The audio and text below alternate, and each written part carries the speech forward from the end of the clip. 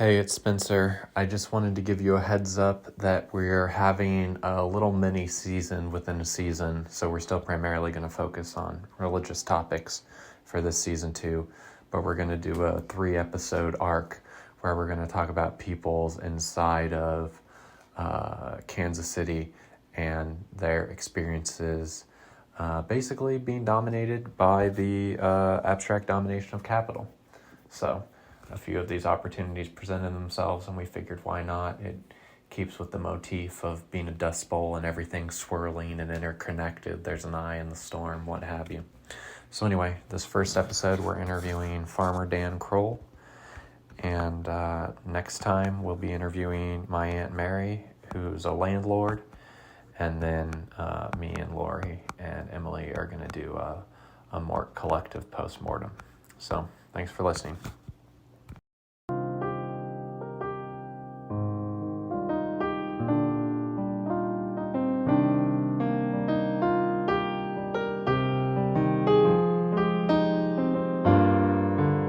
I think that just as we're living in a nuclear age, we have grown so tremendously in scientific knowledge. It doesn't seem too much to say that men can begin to awaken to the fact that they haven't grown enough spiritually and haven't recognized their spiritual capacities.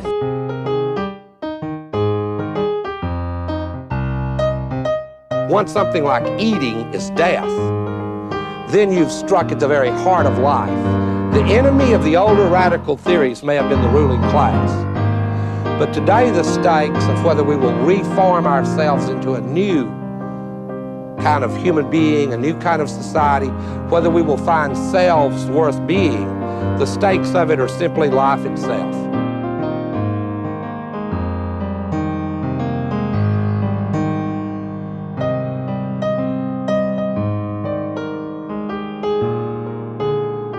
Modernity has created promises that it has no ability to keep. What this means is that we're a society of disembedded individuals, stuck in the impossible situation of being alone together. And what was understood as emancipation has proved to be a form of isolation. It is important to understand that what I am telling you is not simply a cultural history. It's a description of the story that shapes every single person that you know. This is why there is a rise in mental illness. It's absolutely concurrent with the disembedding of the individual, because individuals can't constitute themselves by the very nature of the case. Subjectivity cannot sustain its own weight. We need others to tell us. But we've been given an ethical mandate by the Enlightenment that tells us that that's immoral, that nobody should constrain us. All right, so we are here with Dan Krull of Good Oak LLC, and he's here to tell us about some adventures in urban agriculture in Kansas City. Yep. Anything else you want to add to your introduction or about yourself? I don't know. I guess I'm putting myself on the spot. I've worked in urban agriculture in Kansas City specifically for a little over 7 years, and I'm a volunteer and currently the president of Manheim Park Garden Conservancy, where we have almost 2 acres of urban agriculture where we grow food and chickens and have events, and it's a community building project that has been the center of my universe for a long time, almost a decade. And then that has led to my vocation of working in regenerative agriculture, and a lot of what I do is informed by what happens in the city at Manheim and what happened with Cultivate KC. So I guess that would be a good place to start for this particular conversation. So Sure. yeah. Well, and I guess I'd add, do you mind if I read that Instagram post that we saw that got us to reach out to you? Absolutely, go ahead. Okay. I mean, it's very well written. I wrote it. Yeah, So. well, so hopefully my reading can match up to the level of the prose. We'll see. So you wrote, I don't know, a couple weeks ago, many people have messaged me asking about the recent announcement at Westport Commons Farm being shut down and turned into apartments. It's a bad beat for sure. I dedicated 4 seasons of growing and education on the space, and I'm sad to see its potential wasted. Above our progression of photos, it is easy to get mad and point a finger at one or another easy target like capitalism or greed, but this hand-wringing is a waste of time. The reality is that many people are to blame for the site going the way it is. And if better choices had been made along the way, The farm would be impossible to shut down. Alas, nothing can be done about it now except learning from this failure. How could things have been done differently? How will we be better next time? To have this sort of discussion, we have to be adults and take responsibility for the mistakes that were made. All that being said, thousands of people were fed mentally and physically from that space in the time it was a farm. People fell in love on that field. Important experiments were conducted. Children played and butterflies frolicked. It was all worth it. I'm glad I played my part. I'm sorry to see it go, but I'm excited to see what comes next. And what struck me reading that is when you were calling for like, let's be adults, let's like soberly assess what happened, take responsibility for what we did wrong. I don't know, too many people talk about stuff like that. So I guess just what would you add anything to that? Well, on that particular topic, I think it's, as a species, maybe we have a hard time, looking at data and making decisions based off of what's real and not being ruled by our emotions, right? Mm-hmm. And because our emotions are, hugely important to us. But an example I often give, I'm a reptile expert. I used to work as a herpetologist, and I'm a member of, or a admin on a snake identification page. And on this snake identification page, tens of thousands of people post pictures of snakes that they'd like to have identified. And there's a handful of admins like myself who are kind of experts in a region, and we all work together. And we have a group chat where we talk, like, oh, what should we do about this, Yahoo, or whatever. The thing about snake identification pages is they often post pictures of dead snakes, and because people hate snakes and they kill them, right? And it just gets on your nerves a little bit if you like snakes, to see people killing harmless animals all the time because they're scared of them. And one day I was particularly frustrated by something I had seen, and I said to my fellow admin that, it sucks being an admin on here because like 80% of the snakes I look at are dead. And one of my fellow admin, who's one of these data loving people, said, actually, you're exactly the opposite of being correct.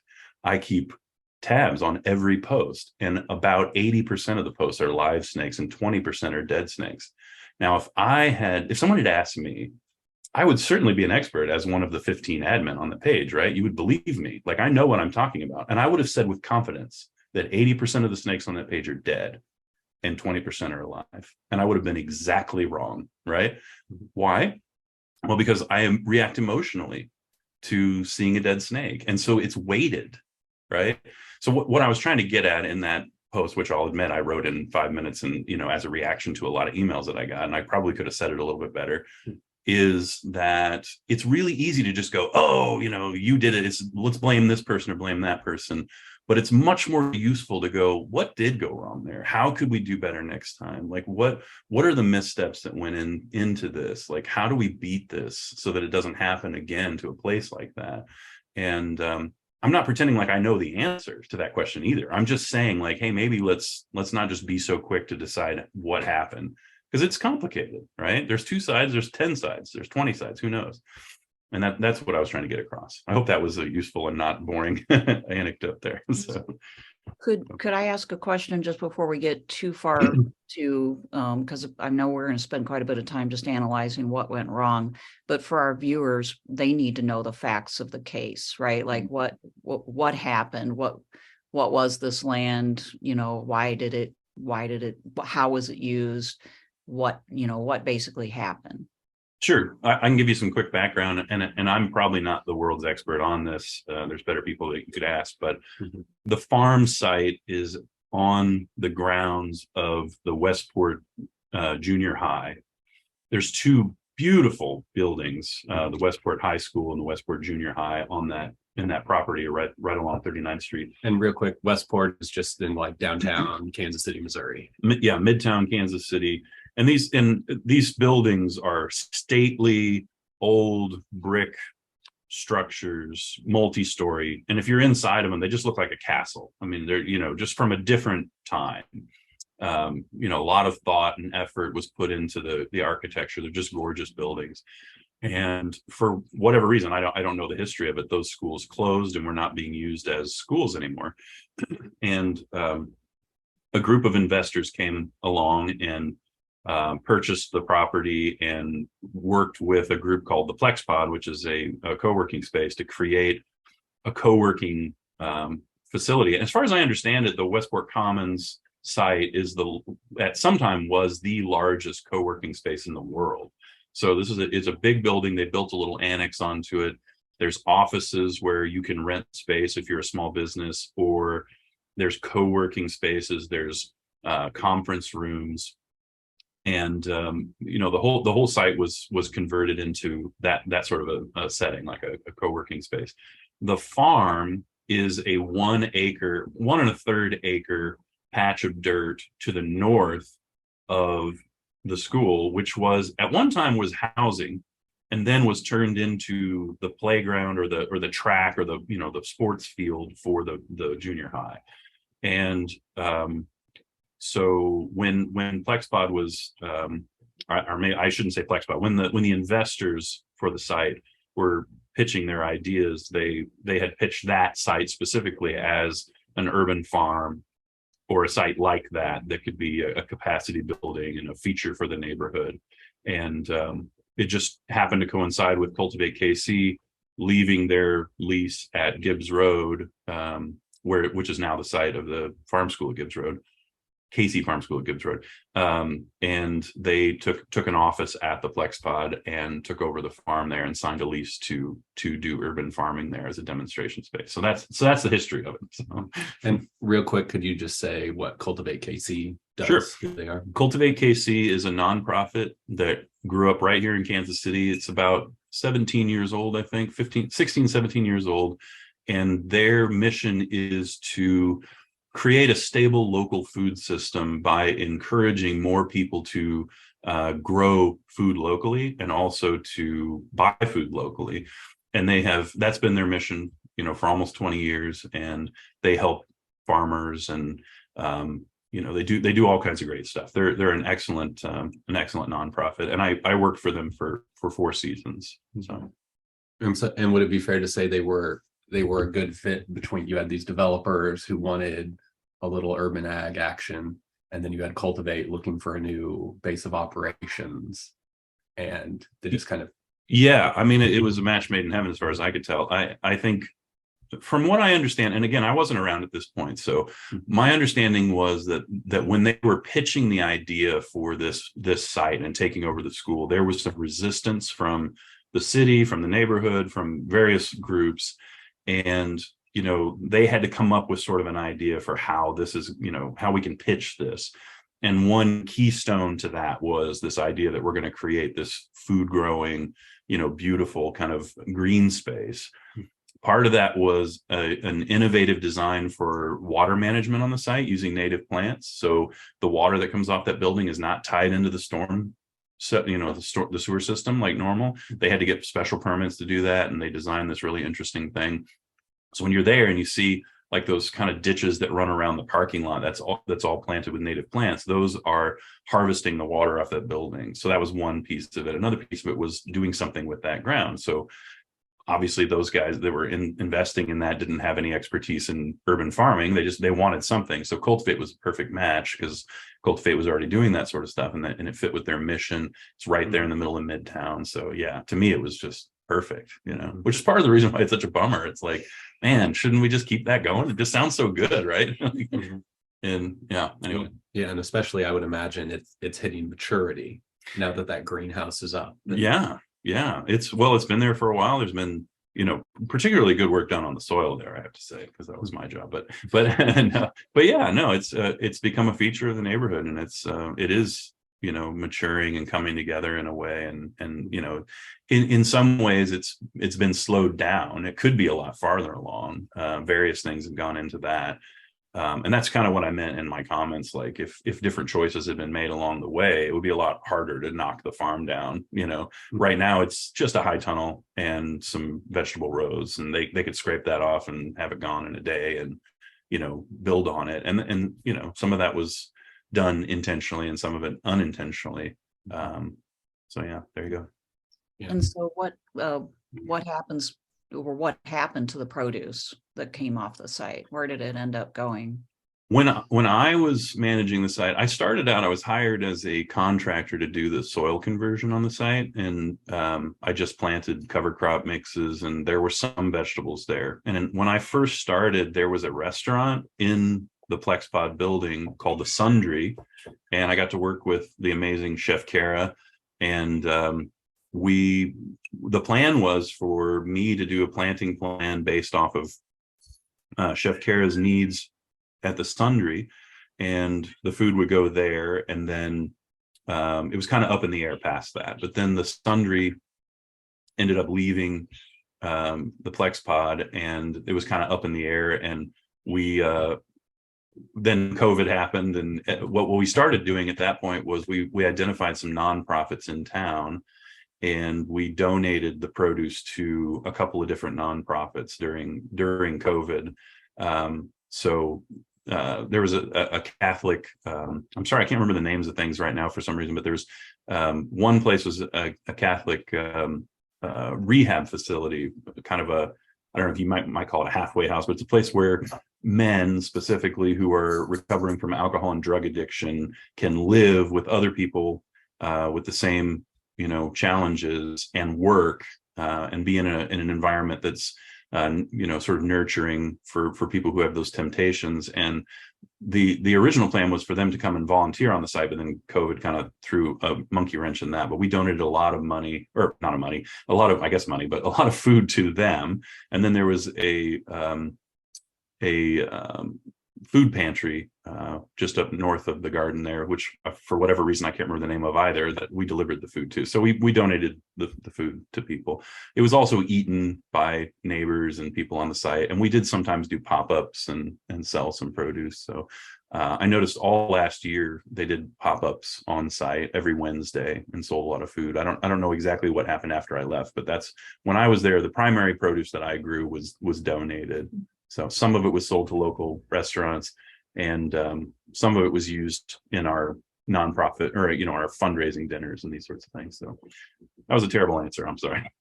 Oh yeah, no, that was great. And it gives us the lay of the land. So what I hear you laying out is that you had this space where the developers wanted some urban ag. You had Cultivate with their history, their resources, their reputation, right? Pumping out produce. And let's come back to what could have been done differently. But so what has happened recently in terms of the redevelopment? Well, okay. So look, I can again only speak from my point of view on this, because I was there at the beginning, and what's happened recently is not really anything that I've had direct contact with. When I started there, as I mentioned before, my job was to do soil conversion on the site. And when I started there wasn't even weeds growing on most of that field. It was literally, I have pictures of it. It was like a moonscape, and we ended up actually plowing it, getting rocks out, putting cover crops down. And then for a series of years, I did a bunch of cover crop experiments converting the soil there. When I started, there was already a well-developed plan that was done by a board member who's also a landscape designer. Okay. And this well-developed plan was what I was supposed to be working towards, right? I'm getting the soil ready so that there can be this farm in the future. And this was a multi-million-dollar facility with greenhouses and high tunnels and all this stuff. It would be, particularly the greenhouse would have been for 365-day-a-year production, right? So I think I probably have those blueprints somewhere I can show you guys. So it was already decided what was going to happen there. It was all designed, it was all budgeted for, and there was a plan for fundraising for it when I started. And that as I worked there, those various things happened, I think, that prevented that plan being put in place. Some of it was staff turnover. So we lost our development director, took a really great job, and left. And we lost a grant writer, and several employees turned over, all at once. That kind of hit the reset button on the company a little bit, which slowed things down a bit. And then our executive director and founder, Catherine Kelly, decided to leave the company as well. And that reset button kind of slowed things down a bit. So this well-developed multi-million-dollar plan never really got funded and never really got moved forward very quickly. And then when we started, this is again, from my perspective, there's probably people who disagree with this. When we started the process of saying, hey, we're going to start fundraising for some sort of farm thing, we started to get pushback from the owners of the site saying, well, hold on a second, we might have some other ideas, you know. So we got inklings of these apartments many years ago, right? So I saw pictures of, first it was infill type apartments that could go over the parking lot. And they were asking me like, could you still grow on the field if we had a parking lot, you know, apartments? And I found it kind of annoying or whatever, but it was like, okay, whatever, we can make it work, you know, if it helps you guys be more profitable. And then it became sort of a, hey, don't build anything on the site just yet, because we might, you know, do that. So that was it. I would say also the farm was chronically underfunded and understaffed. For a long time, it was just me. And they obviously liked what I was doing because they hired me to be the manager for the site. And I had a program, you know, so I was the program director for or manager for the Westport Commons farm. I built my entire program around volunteers because we didn't have staff, right? So I had volunteers coming on a daily basis from around the city that would take care of the farm, because I couldn't do it myself. Like I'm a pretty hard worker, but not that hard of a worker. So the entire Westport Commons program, when I was running it, was about volunteers, which, to, you know, I can defend this point of view because to me, volunteers are future donors, they're future farmers, and they're free labor, right? And so that seemed the best way to go for me, not having a budget really to be able to build the farm or to move forward. And we just made it all about education and growing what we could do and growing the soil. And from that standpoint, we were hugely successful. That farm was amazing from that standpoint. Did we crank out 10,000 pounds of produce a week? Absolutely not. No, like there's plenty of urban farms that would have outcompeted what we were actually producing out there. But from a development of future donors, future volunteers, future farmers, that sort of thing, and from an education standpoint, we were killing it. And the soil speaks for itself. You can go out there and see what we did out there. So that was my experience there. Was, you know, we couldn't quite get it off the ground. And ultimately, I think why I left, I mean, there was various reasons. I had other opportunities that came up, and I didn't want to leave until the farm was done.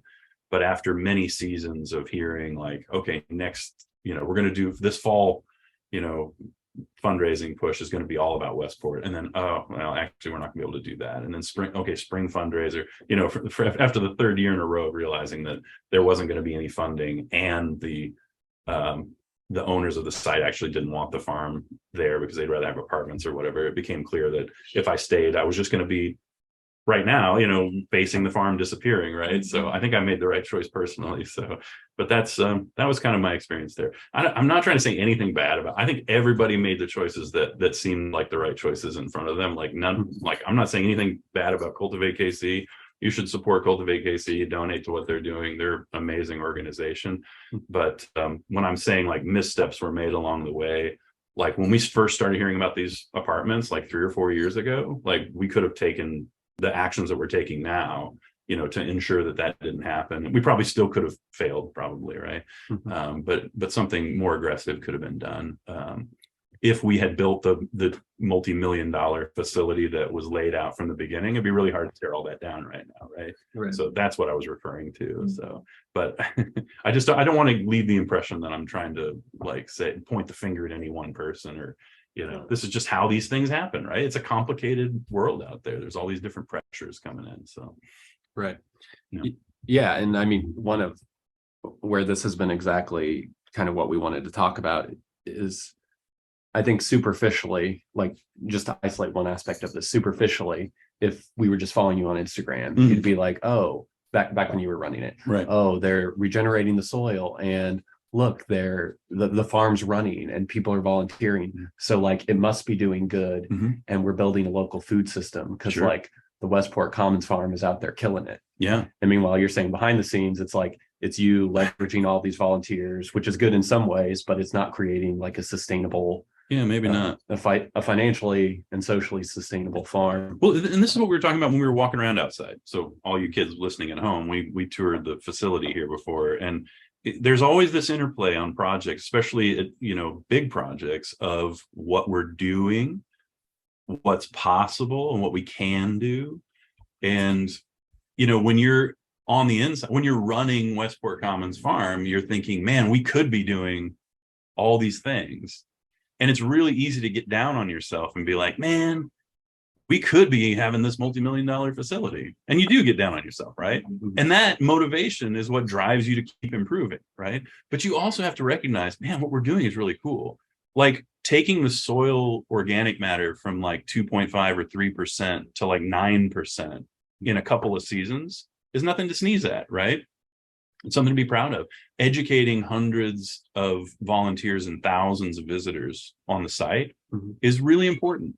And so the question is, what you said was, if I'm looking at your Instagram, it looks like things are going well, or like we're building a local food system. Well, we were, right?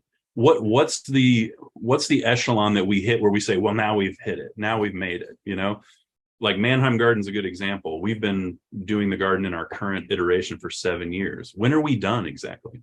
Like, when do we get to say we did it? That garden has been a garden since the 90s. The work is never going to be over. We never get to say we finished, right? It's a constant struggle. Even when you get to the point where you have all these amazing things, there's always new variables coming in, right? So, and that's kind of what I was trying to say too in the statement I made, is that like Westport was a success. Cultivate did what it said it was going to do. It created this cool, safe space where people could learn about urban farming. It sucks that it's over, it would be better if it could keep going. The point I wanted to make was, apartments are important too. People need to be profitable and they need to have a place to stay, right? But you can't just build apartments. Like, you have to have a reason to want to live there, right? And Westport was one of those things that people would want to live in the neighborhood for, because you could go over there and learn how to grow things, or you could talk to, other people who cared about urban farming, or you could volunteer to help feed people who needed fresh produce in the city, right? So it was a success. It wasn't a failure in that sense. Would it be safe to say that it's problematic to work with companies or business that leases land?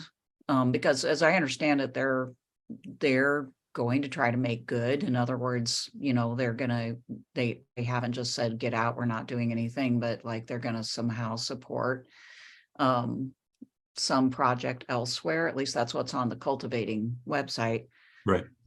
I actually, so full disclosure, Bob Berkebile is one of the investors and owners on the site. He's also my business partner at my company.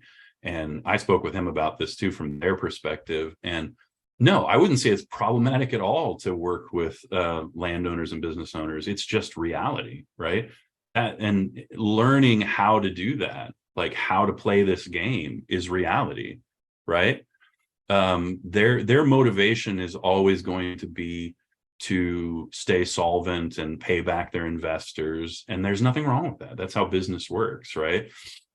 You just got to know, if you're Cultivate going into it, what you're signing on that lease and what that means, and how to, play that hand you've been dealt to the best of your ability. And I'm not saying they didn't, maybe there was I don't know. I'm just, I'm just a farmer. Right. So, to say, oh, it's just corporate greed. Well, what happens if they can't pay the bills? Because they had a real challenge, like with having a co-working space during COVID. Like, that place was a bustling metropolis of people, and then COVID hit and there was nobody there. It was a ghost town. I was the only one going into work every day, practically, So, my fellow Cultivate workers, I was the only one on the field. I was out in the field with a mask. If that tells you what things were like. So that's hard. What happens if the whole facility shuts down? There's not going to be any farm there either, right? So they're trying to make good decisions that keep the doors open for them. And we can't, yes, of course we can sneer at the cynical, money grubbing landowners or whatever, but there's realities there.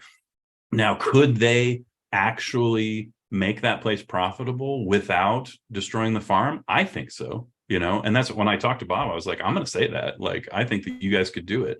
One of the points that they make is, well, we looked at the numbers and keeping the farm just isn't going to work out. I'm like, well, you looked at the numbers like 10 years ago when you're going to build the place and the farm sounded like a good idea then. So why is it not a good idea now? Like the numbers guys, they do numbers in the ways they do it.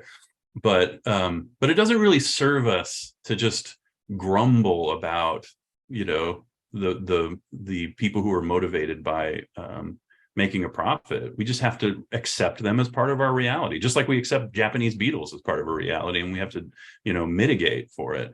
So no, it's not problematic. But like if I knew what I knew now, and I was in the position to sign that lease the way that Cultivate signed the lease back in the day, I might not do it. I might say, no, this isn't, if you're saying we can have the land for 25 years, unless we decide to do anything we want in the next 3 years or whatever, like, it just doesn't seem, it feels unconscionable from our side of it. From their side of it, it's just good business sense. But, and you did mention this, part of that lease was, I feel like I'm just talking the whole time. Maybe this is what it's supposed to be, but I feel like I should let you guys talk a bit. But okay, that's what I'm supposed to be doing. Yeah, you're good.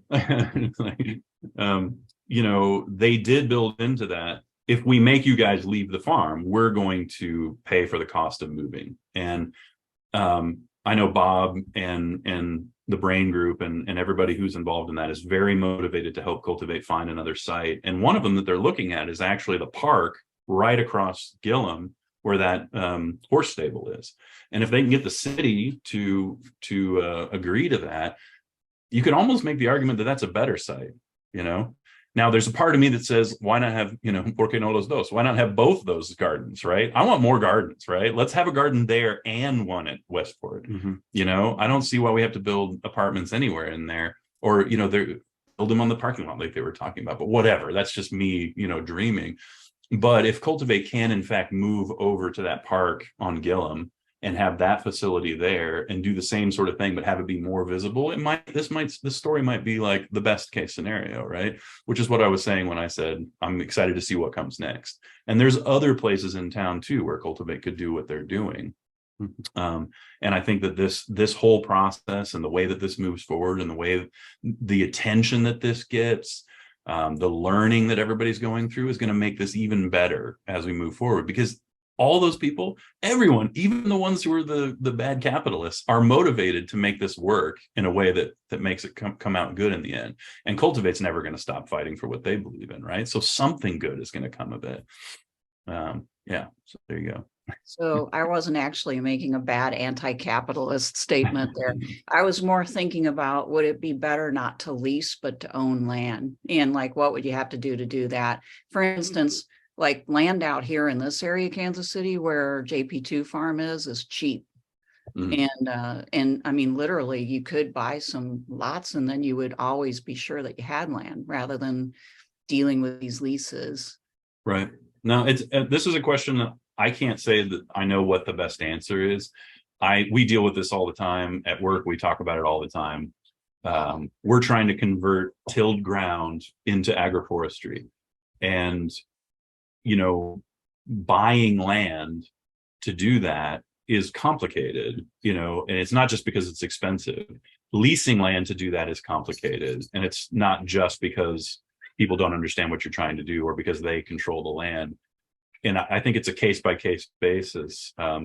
If you moved onto a property that was owned by someone else and that person was highly passionate about say Cultivate, let's use Cultivate as an example. Let's say they move on to a property owned by a very wealthy company that really cares about urban farming, and they can be the check writer and the mother hen for that project, then that would be a great choice, But if you put yourself in a position where whenever an opportunity comes along, you might lose the land, then it might not be a great choice to be on land that you don't own. There's another example of this that we went through at Cultivate just a couple of years ago. When I was working there, I spent an entire year doing planning and a charrette for moving the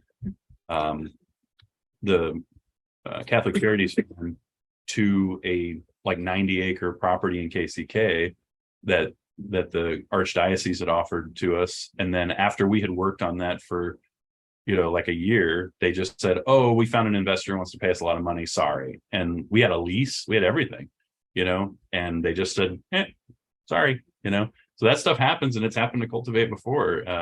And all of the time that all of us put in, doing that was just thrown out the door because they found a higher bidder. Right. So I don't know the answer, honestly. Well, it wasn't just me. I played a small role, maybe having a meeting once a week or once every couple of weeks.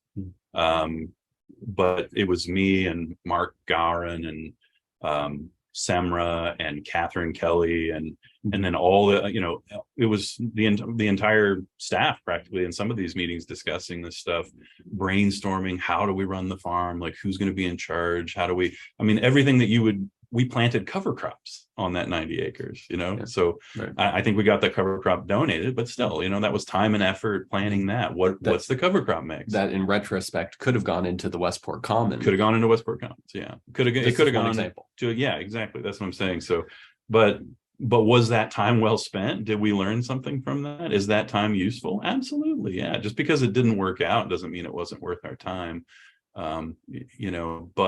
But that's the reality of working with ground that you don't control. It'd be really great if we owned, these farms, but I don't know if that's necessarily the reality for Cultivate going forward. Maybe it will be. Brienne is a smart lady. Like she knows what she's doing. Maybe that will be her next move. I don't know. She hadn't told me. So, but I know that they're going to keep fighting for the cause, and they're going to keep moving forward and finding the best way to make it work. So, yeah, I wish I had all the answers for you. I'm just. Yeah, just doing my best. No, and we're just trying to figure out like how the world works, how we can better organize to prevent things like this from happening, or more gracefully navigate. Yeah. Well, in some ways we have this 11-foot ladder problem, right? So somebody builds a 10-foot wall, somebody invents 11-foot ladder. Like we're always going to find some way to mess up good stuff, and I was talking to a friend of mine about or my business partner, Jacob, about the comments section. Don't slide into the comments section if you want to keep your faith in humanity and the future of our species, right? Sometimes you just gotta like put on the blinders and avoid that stuff. There's just so many ways that we can mess this thing up, right?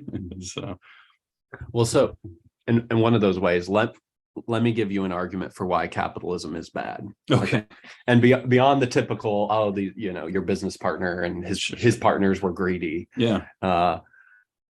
Allegedly. Yeah. Allegedly. Or maybe they made good business decisions. Right. Your point of view. Exactly.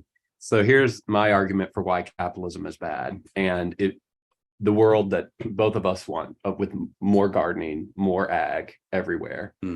Why that is directly at loggerheads with a logic of like constant economic expansion. That is at the end of the day always going to say these gardens whose primary economic effect was to gentrify an area and to be a placeholder until it was profitable to build apartments there. Sure. That is always we're always going to be handmaids of capital. Yeah, absolutely. Well, so this is one of those topics where I'm going to get in trouble with my, with the younger folks out there, because everybody's like capitalism bad, or communism bad, or whatever, pick your government. To me, like the way I see capitalistic systems or the government that we have in the United States is that it's the best one yet that we figured out, and it needs improvement, right? So like switching from a capitalist system to a totally communist or socialist system isn't the solution, because those have all been tried too. To me, it's like we need to shave off some of the capitalistic corners and make it a little socialist here and there, right? Make adjustments. We need to tinker, right? But generally speaking, what you said about the unchecked growth thing, where we have to come up a percentage every year, there's nothing regenerative about that. And there's no system in the world that just constantly grows, that doesn't completely collapse. So yeah, we have to think differently about how these things work.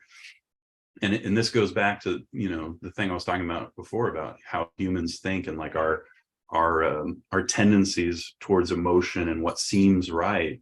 The farming system that we have in the United States works, right? we grow enough food to feed the world 12 times over, right? It does work, the industrial food system. Yeah. It's just that it destroys the means to production at the same time, right?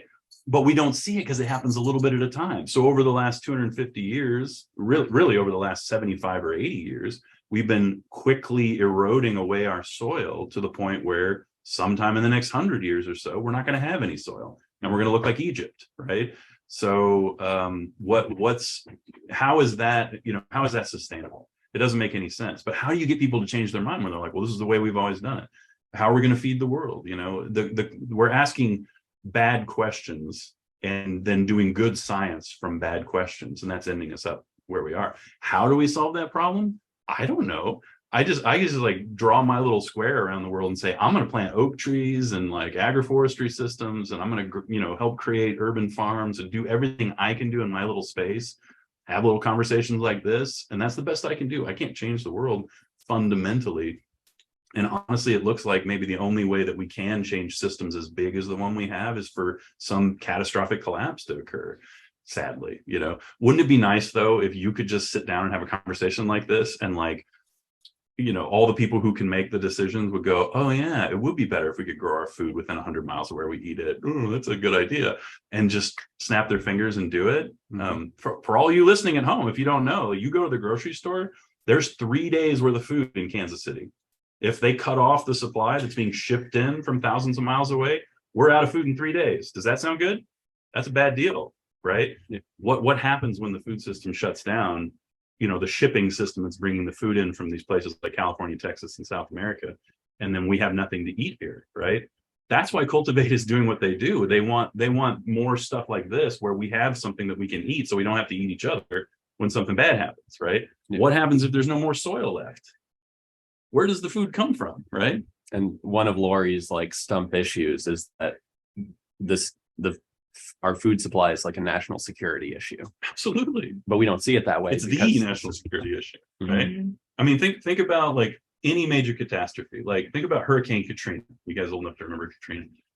You had one city where 1 million people got displaced. It permanently changed the economy of Houston, having 200,000 people move from Louisiana to Texas, right? Mm-hmm. Imagine that happens along the entire coast of the United States. What happens, right? When literally 150 million people move inland, right? And that could happen, some kind of global catastrophe could happen, right? We're not ready for it. We're not stable. It's a real deal issue. It makes us urban farmers start to sound like preppers or something, or we're crazy. We're just saying where does your food even come from? You don't know. You've never, people will have volunteers come to the garden and they're like, oh, that's where cucumbers come. They didn't even realize a cucumber grows on a vine. Right. Or I've had volunteers be like, oh, there's worms in here. Is that okay? In the soil. Yeah, that's okay. That's real good. So people are so disconnected from where their food comes from that we're at risk for these terrible things happening, and we're completely oblivious to it, right? So kind of along with that, pet point of mine is just that the knowledge that the U.S. government is massively subsidizing in a pretty much socialist way our agricultural system. Without that billions of dollars, we wouldn't feed the world, which we don't really do, obviously. So, in the meantime, you local farmers aren't getting any real help. I mean, maybe a little bit, but imagine if you flip that, and just based on the national security argument, the U.S. government put even a fraction of those billions into local farming, then you wouldn't have to go off and try to find an investor to lease you land. You know what I mean? Local farmers, small farmers are just struggling and, declining every single year. There was another news story just this year, more and more, going out of business. Why? Because they're not supported. They're not supported by the government in the same way that the big farms are, that are basically about agri-power. Right. No, it's farming is in the top 30 professions where people are most likely to kill themselves now. We spend $450 an acre to make $400 an acre and live off subsidies, and in the process destroy the means of production. 4/5 of the corn crop we grow in the Midwest around here is fed to cattle on confinement operations, right? That same corn you could feed the world 10 times over with. If you put those cattle from that confinement operation out on the ground and let them graze the ground where that corn was growing, they'd eat grass like they're supposed to, have a happy life, make healthful beef, and sequester carbon and build soil instead of destroying it. I mean, we have all the answers right in front of us. Like we know how to do it. It wasn't even 100 years ago that this was the only way that farms functioned as multi-species, operations where people were growing food. We really get two choices. It's either we switch this system to something that builds soil and feeds people and takes care of humans and animals and the environment, or it all collapses, and then we have to do that anyway because we destroyed the means to production. So, and this is, that's what my company literally is trying to do, is figure out ways to quickly convert that tilled soil into perennial agriculture. And luckily there's hundreds of people out there doing the same sorts of things, but we need thousands, we need tens of thousands, and we need people. If you can't be one of those farmers, you need to be buying products from those farmers, and it's hard because the systems are closed, right? I have a grass-fed lamb right now in a freezer, and it's hard to sell it.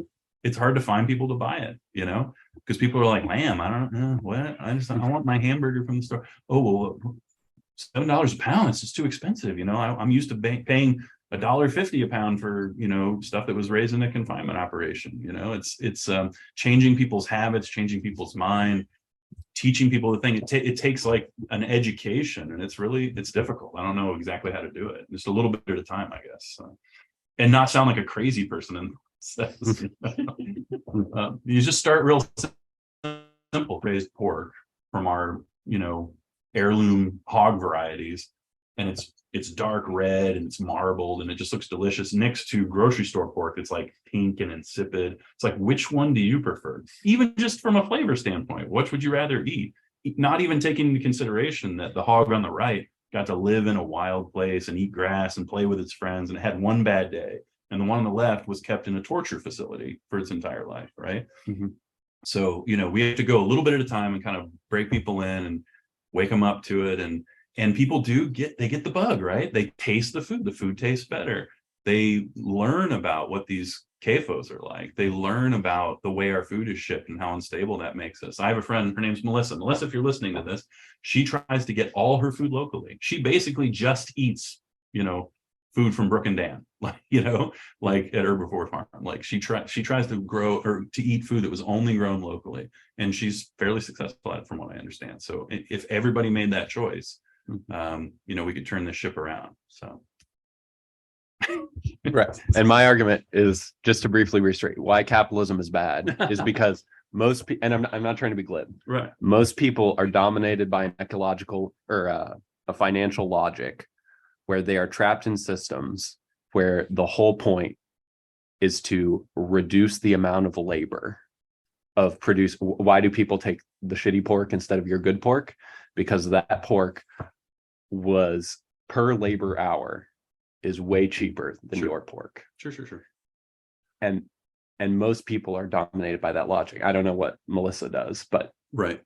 I don't know. She's just great. She's special. Is she doing all right financially? She's fine. Yeah, she's doing fine financially. That's probably why. Right. But I'll push back on that a little bit, Spencer, because I think there's one of those places where we could take a step back and it's not as simple as capitalistic mindset versus non-capitalistic mindset. Like, nature is profitable. Nature has to be profitable, but nature is not efficient. The efficiency is where you run into problems, right? Did you guys see that article with the gray jays that were putting acorns in the side of the house? No. So like 100 people sent this article to me. It was like an exterminator or somebody. They asked them to come in because there was something in their walls, and they opened up the walls and just like 7,000 acorns come pouring out, right? That's nature's inefficiency. The oak makes a mast of crop, and the blue jays collect them, and they say, oh, I need these acorns because this is what I eat, right? And an acorn, a blue jay like that can hide like 4,000 acorns in a season, or 3,000 acorns in a season, somewhere in that range.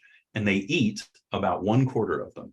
And the other ones they just forget about, and they're lost. And guess what happens to those? Same thing with squirrels. It's about the same ratio. 3/4 of them they never find. They bury them in the ground. And guess what happens? They turn into trees.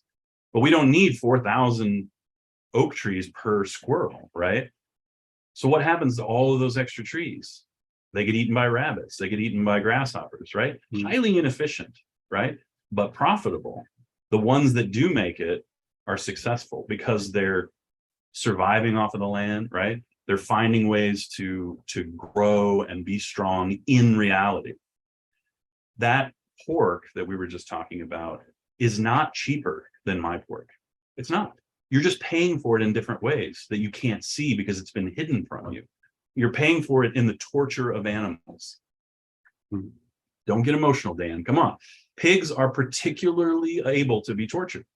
They're intelligent. About like dogs, right? They're omnivorous. They're more like us, man. They live in groups. They eat hundreds of different things. They're forest dwellers, they're smart. They feel things. They're thoughtful, right? They're not chickens. We pay for that cheap pork by torturing intelligent animals in confinement operations. 8 square feet is all you're required to give a hog. That's about how big a full-grown hog is. 8 square feet, right? In the facilities where they raise them, if the air system turns off, all of them die because of the fumes that come up from the feces that are below them, right? This is, it's a porcine holocaust, right?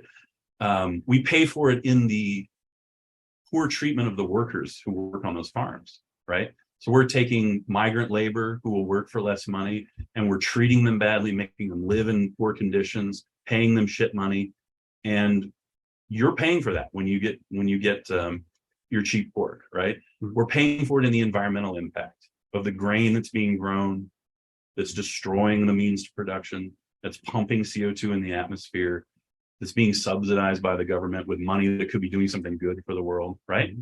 You're paying for all that. You just can't see it because the blinders have been put on specifically. If you could go to one of those facilities and see the hazmat suit you've got to put on and see the whole process laid out in front of you, see the people and how they're treated, you would never buy that because it's too expensive, right? Whereas the hogs I'm raising are out there digging in the soil, eating worms, costs a little bit more, but what you're paying for is happy animals, happy people, healthy soil, right? We just have to figure out a way to show people so they can see the difference, right? Yeah. Well, and real quick, I'd add too, you're paying for less nutrition for you. Right. And you're paying to not have stable rural communities. Right. So then everybody's moving to the city, and then the developers that own the land that Kate Cultivate was leasing is like, well, we looked at the numbers and it's what makes sense. Right.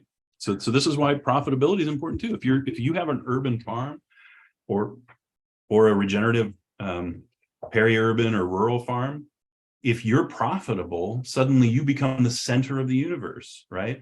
Your kids come back to live on the farm. You buy that old building in town and convert it into a farmer's market, like you become the oak tree that's like feeding the environment around you, right?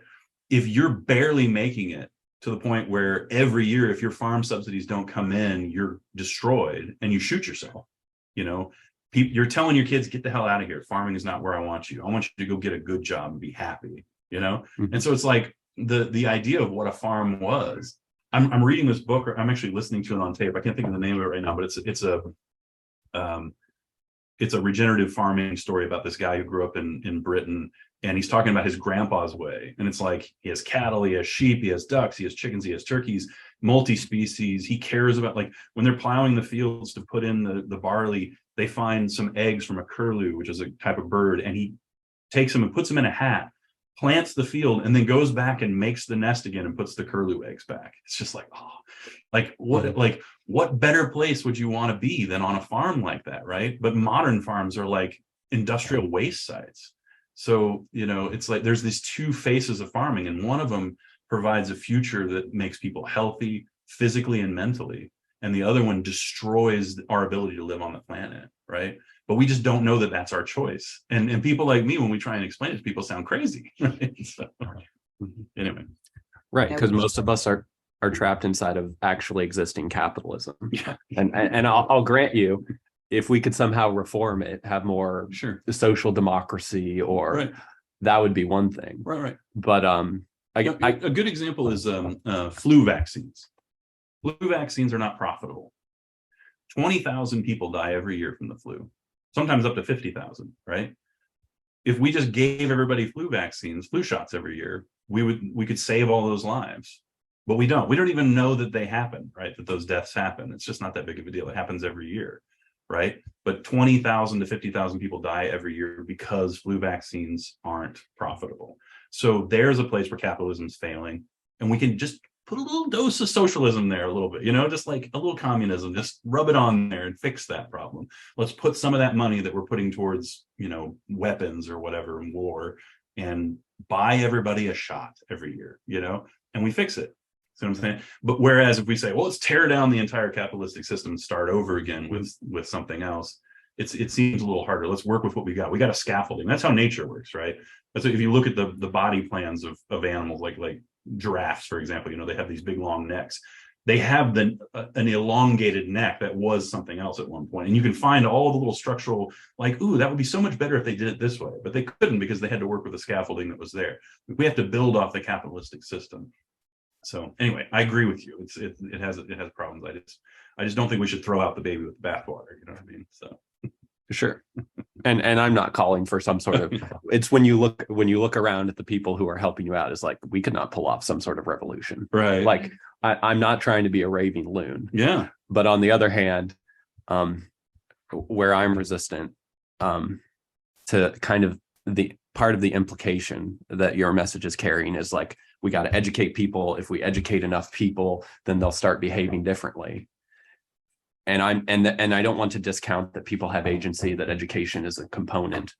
But I think there's that psychological thing where even if people are educated, they still want to live in their comfort, in what they know and what they want to be true. Sure. And then 2, you have an economic system that is still basically saying convert everything to apartments, because at the end of the day, that's what the constant expansion looks like at the end of it. Yeah. Is everything just gets turned into speculative real estate. Yeah. And I had this epiphany. I spent a couple of weeks years ago on Elliot Coleman's farm. Beautiful farm, great soil. Sure. I was looking around and COVID had happened. It was in 2020. And I'm like, why are there not 4 or 5 people that have big tiny houses? They're coders. Instead of they're going to live in an apartment where Westport Commons is. Sure. Why are they not just telecommuting from these farms? Because I got the sense, I can't really speak, but I got the sense they're having financial issues. And if the premier farm or one of the premier organic farms is having these financial issues, how is any of this sustainable? Right. Yeah. And I'll grant you there's middle grounds.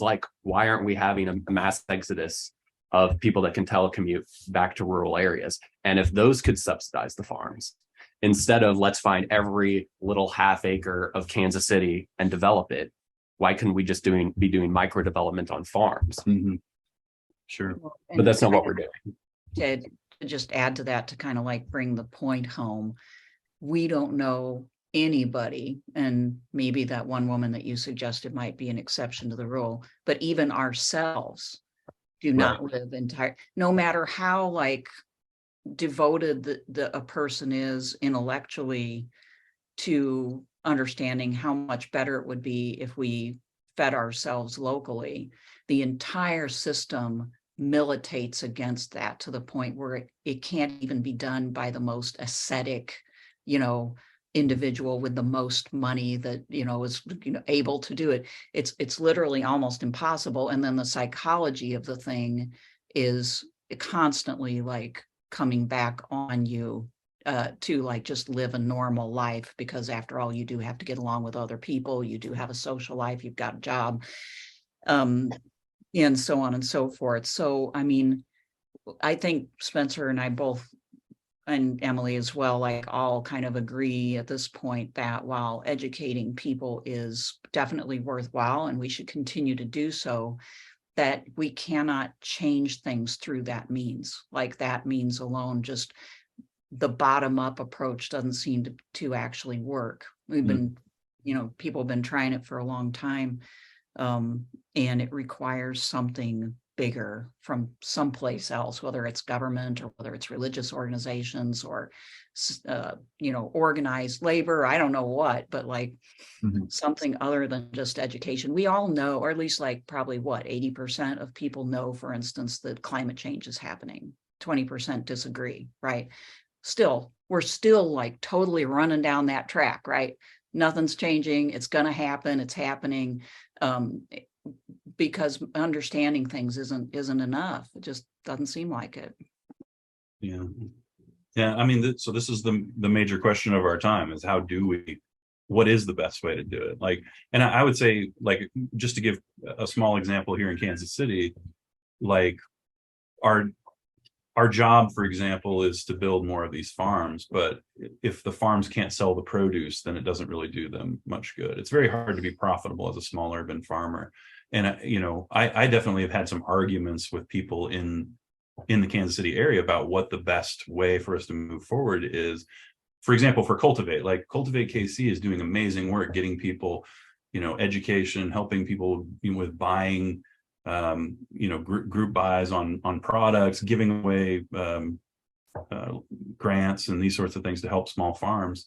But I think, maybe one place that they could do better would be encouraging more people to buy local produce. In Kansas City, my understanding is about 20,000 people a weekend go to a farmer's market out of 2.5 million, right? So the market's there, like, to buy all the produce that all of us have ever grown. But people are going to the grocery store. How do we get them to go to the farmer's market, not as a special occasion? Is the farmer's market part of the flaw? Maybe it just doesn't work the way that it's set up. I don't know the answer to that. Maybe it's better advertising. Cultivate, I think, is in a unique position to be the facilitator for getting people to go buy that produce. And so that when you plant all of your garlic and onions and leeks and things that you're doing out here, you know that you're going to sell it. And you can make a business plan based off of that guaranteed market that's waiting for you, instead of going to the farmer's market and having the farmer's market say, oh, we already have someone growing onions, so we don't have room for you. Or it's a rainy day and people haven't come, but thanks for harvesting all of yesterday and getting up at 4 a.m. and working until 2 p.m. Yeah. Imagine, just like 2 million people. How many small urban farms you would need to actually do that? Is that even possible? I don't know. I've never done the numbers, but so maybe in that sense, we need people, like bigger organizations that can focus grants in. But the other problem with that, and this is just a slight pushback, a lot of times bigger organizations they're not very efficient. They don't direct the money. I've worked with, I don't want to name any names, but I've worked with various organizations in town on various projects. And, the ones that can get the grants also chew up a bunch of the grant money.